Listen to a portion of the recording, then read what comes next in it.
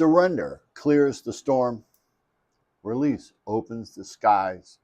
And love shines through like the sun you forgot was always there. If you've been following my podcast lately, you probably heard me talk about my soulful healing journey I've been on since November of 2024. It's been a powerful season in the never-ending series called My Life.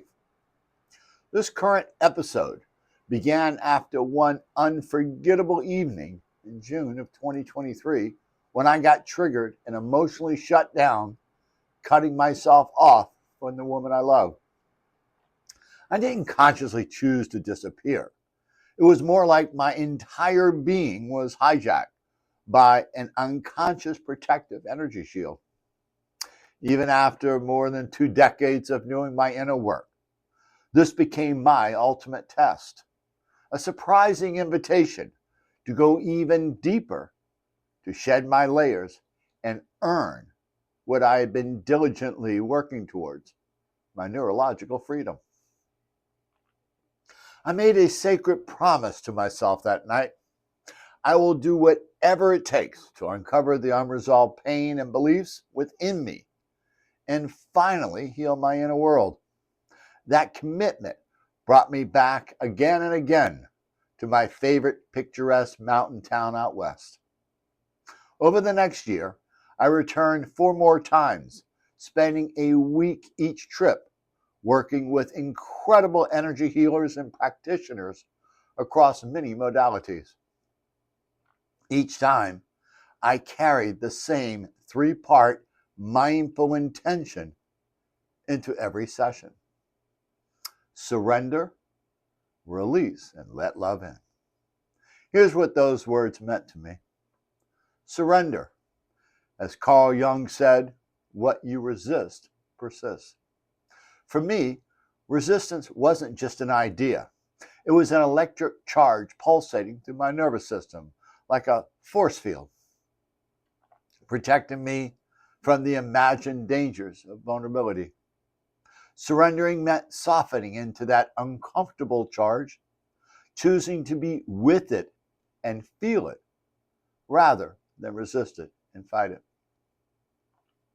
Release. We receive what we believe.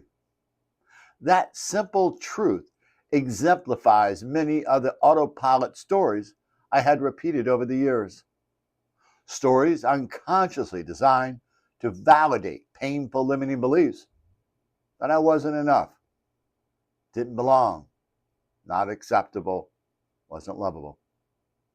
Releasing meant letting go of those looping, disempowered narratives and the negative energy they trapped in my body. Let love in. My purpose in life is to receive. Once I surrendered the resistance and released the shame, fear-based stories, something opened. I could receive love, not just from others, but from myself. Because yes, it's true.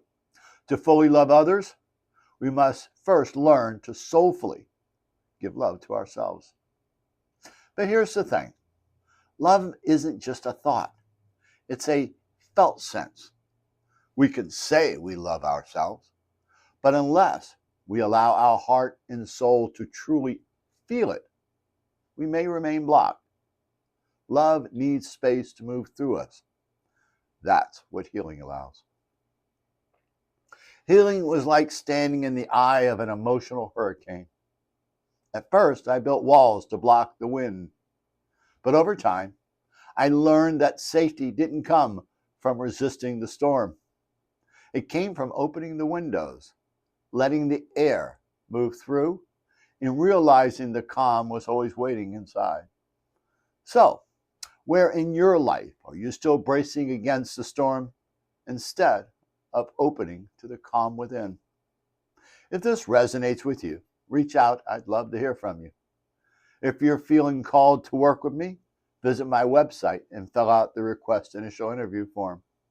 You can also subscribe to my podcast on Apple or Spotify and sign up for my Substack blog. Just scroll to the bottom of the homepage. Thank you for walking with me as I share these lessons of life, love, and healing. With big hugs and lots of love. God bless.